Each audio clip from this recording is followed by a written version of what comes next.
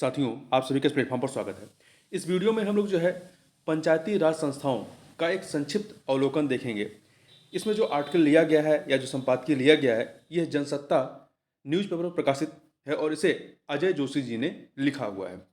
इस लेख में जो है आपके पंचायती राज संस्थाओं के संबंध में एक संक्षिप्त जानकारी दी गई है। इसके प्रारंभ से लेकर के वर्तमान तक की स्थितियों के बारे में बताया गया है। साथ ही साथ इसमें क्या अच्छी बातें रही हैं, किस उद्देश्य से लाया गया था और इसमें क्या कमियां रह गई हैं, उन कमियों के साथ साथ उन कमियों को दूर करने के लिए क्या उपाय किए जाने चाहिए, उन सभी के बारे में बात की गई है। और साथ ही साथ पंचायतों में जो पारदर्शिता होनी चाहिए और उसके लिए क्या किया गया है, क्या कदम उठाए गए हैं, उन सभी के बारे में इस आर्टिकल में बताया गया है। तो इसी को हम लोग इस वीडियो में देखेंगे। तो चलिए आगे बढ़ते हैं।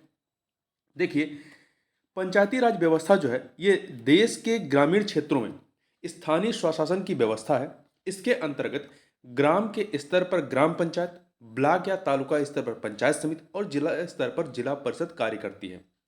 वर्ष 1958 1958 में राष्ट्रीय विकास परिषद ने बलवंत राय मेहता समिति की रपट के अनुसार या रिपोर्ट के अनुसार अनुरूप जो है 2 अक्टूबर 1959 1959 को राजस्थान के नागौर जिले में तत्कालीन प्रधानमंत्री जवाहरलाल नेहरू ने देश को पहली त्रिस्तरीय पंचायती राज व्यवस्था का उद्घाटन किया था, या देश की पहली त्रिस्तरीय पंचायती राज व्यवस्था का उद्घाटन किया था।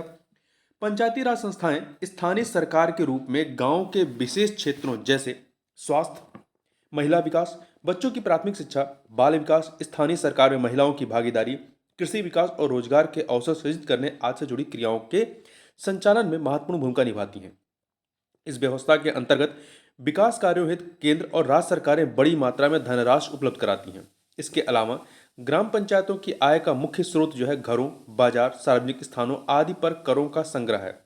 जो टैक्स लगाए जाते हैं उनका कलेक्शन है। साथ ही जनपद और जिला पंचायतों के माध्यम से सरकार के विभिन्न विभागों के माध्यम से प्राप्त सरकारी योजना निधि, सामुदायिक कार्यों के लिए दान आदि हैं। यहाँ से भी फंडिंग मिलती है। 24 अप्रैल 1993 1993 को भारत में पंचायती राज व्यवस्था में महत्वपूर्ण परिवर्तन लाने के लिए 73वें 73rd संविधान संशोधन द्वारा पंचायती राज संस्थाओं को संवैधानिक दर्जा प्रदान किया गया। यह महात्मा गांधी के ग्राम स्वराज के स्वप्न को वास्तविकता में बदलने की दिशा में बढ़ाया गया महत्वपूर्ण कदम था।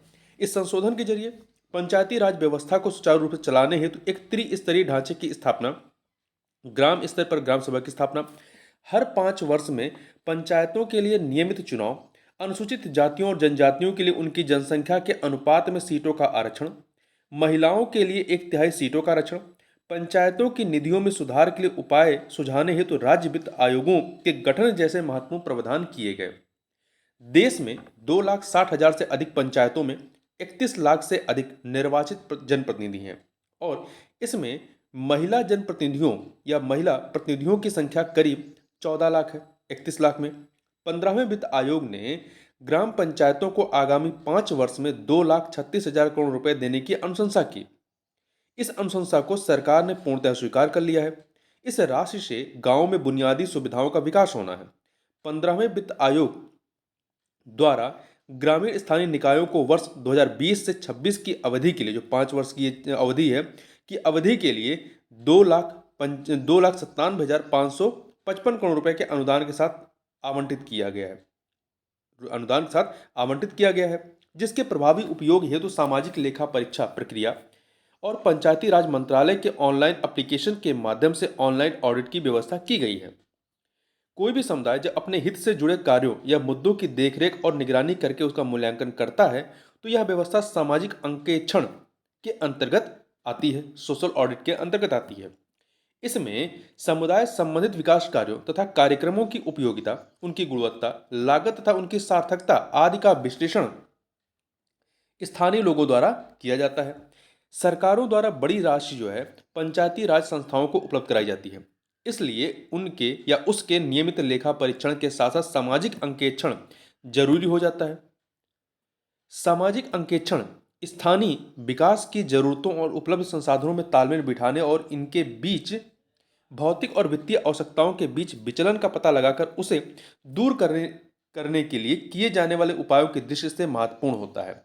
यह इनके लाभार्थियों और प्रदाताओं के बीच जागरूकता पैदा करने और स्थानीय विकास कार्यक्रमों की प्रभावशीलता में वृद्धि करने में भी सहायक होता है। सामाजिक अंकेक्षण में लेखा परीक्षक, आंतरिक लेखा परीक्षक, बाहरी लेखा परीक्षक, स्वतंत्र लेखा परीक्षक और स्थानीय लोगों के समूह की सहायता ली जाती है। पंचायती राज संस्थाओं की योजनाओं या कार्यों के क्रियान्वयन हेतु किए जाने वाले कार्यों का कम से कम 3 चरणों में सामाजिक अंकेक्षण होता है। ये 3 चरण कौन सा है? पहला, कार्य की शुरुआत में, दूसरा कार्य के मध्य में, तीसरा कार्य के अंतिम रूप में। यह उल्लेखनीय है कि मनरेगा योजना के क्रियान्वयन के 11 चरणों के दौरान सार्वजनिक निगरानी और पुष्टि की व्यवस्था का समावेश किया गया है, जिनमें परिवारों का पंजीकरण, जॉब कार्ड का वितरण, कार्य आवेदन प्राप्ति, कार्यों स्थलों का चयन, तकनीकी आकलन तथा उनका अनुमोदन और कार्य आदेश जारी करना, व्यक्तियों को कार्य आवंटन, कार्यों का क्रियान्वयन तथा पर्यवेक्षण, बेरोजगारी भत्ते तथा मजदूरी का भुगतान आदि शामिल हैं। इनसे जुड़े कार्यों का मूल्यांकन सामाजिक अंकेक्षण के अंतर्गत किया जाता है। सामाजिक अंकेक्षण लोक सेवकों की जवाबदेही सुनिश्चित करता जो सामाजिक अंकेक्षण है, ये लोक सेवकों की जवाबदेही सुनिश्चित करता और स्थानीय विकास कार्यक्रमों की प्रभावशीलता को बढ़ाता है। यह स्थानीय विकास गतिविधियों की योजनाओं और उनके कार्यान्वयन में सूचना के अधिकार को लागू करने में भी महत्वपूर्ण भूमिका निभाता है, जिससे इनमें पारदर्शिता आती है। यह भी सामाजिक अंकेक्षण का ही एक रूप है। अगर जमीनी स्तर पर देखें तो पंचायतों के पास वित्त प्राप्ति का कोई मजबूत आधार नहीं है। ये कमी है, ठीक है, पंचायती राज व्यवस्थाओं की। उन्हें राज्य सरकारों पर निर्भर रहना पड़ता है। राज्य सरकारों द्वारा उपलब्ध कराया गया वित्त किसी विशेष मद में खर्च करने के लिए होता है। इससे वे दूसरे जरूरी कार्य नहीं करवा पाती। कई राज्यों में पंचायतों का निर्वाचन नियत समय पर नहीं हो पाता। बहुत सी पंचायतों में जहां महिला प्रमुख हैं, वहां कार्य उनके किसी पुरुष रिश्तेदार के आदेश पर होता है। महिलाएं नाम मात्र की प्रमुख होती हैं। रबर स्टैंप जैसी पंचपति और सरपंचपति की प्रचलित अवधारणा से पंचायतों में महिला आरक्षण का उद्देश्य नकारात्मक रूप से प्रभावित होता है। क्षेत्रीय राजनीतिक संगठन पंचायतों के मामलों में हस्तक्षेप करते हैं, जिससे उनके कार्य और निर्णय भी प्रभावित होते हैं। इस व्यवस्था में कई बार पंचायतों के निर्वाचित सदस्यों और राज्य द्वारा नियुक्त पदाधिकारियों के बीच सामंजस्य बनाना मुश्किल हो जाता है, जिससे पंचायतों के विकास कार्य प्रभावित होते हैं। प्रभावी सामाजिक अंकेक्षण की व्यवस्था इन समस्याओं के समाधान में महत्वपूर्ण भूमिका निभा सकती है। पंचायती राज संस्थाओं में सुधार के दृष्टि से व्यापक उपाय किए जाने चाहिए। इन संस्थाओं को कर लगाने के अधिक अधिकार देना, वित्त आयोग द्वारा इनके लिए अधिक राशि का आवंटन करना, इनके द्वारा खुद अपने वित्तीय संसाधनों में वृद्धि करना जैसे उपाय किए जा सकते हैं। पंचायती राज संस्थाओं को और अधिक कार्यपालिकाई अधिकार दिए जाएं और बजट आवंटन के साथ ही समय समय पर विश्वसनीय लेखा परीक्षण भी करवाया जाना चाहिए। लेखा परीक्षण के साथ साथ प्रभावी सामाजिक अंकेक्षण व्यवस्था हेतु स्थानीय समुदाय की व्यापक और सक्रिय भागीदारी सुनिश्चित की जानी चाहिए। इसके लिए स्थानीय निवासी, वहां आधारभूत सुविधाएं उपलब्ध कराने वाले व्यक्ति, सरकारी विभागों और संगठनों से जुड़े लोगों को शामिल करके देश में पंचायती राज की कल्पना जो इस व्यवस्था को लागू करते समय की गई थी, उसको साकार किया जा सकता है।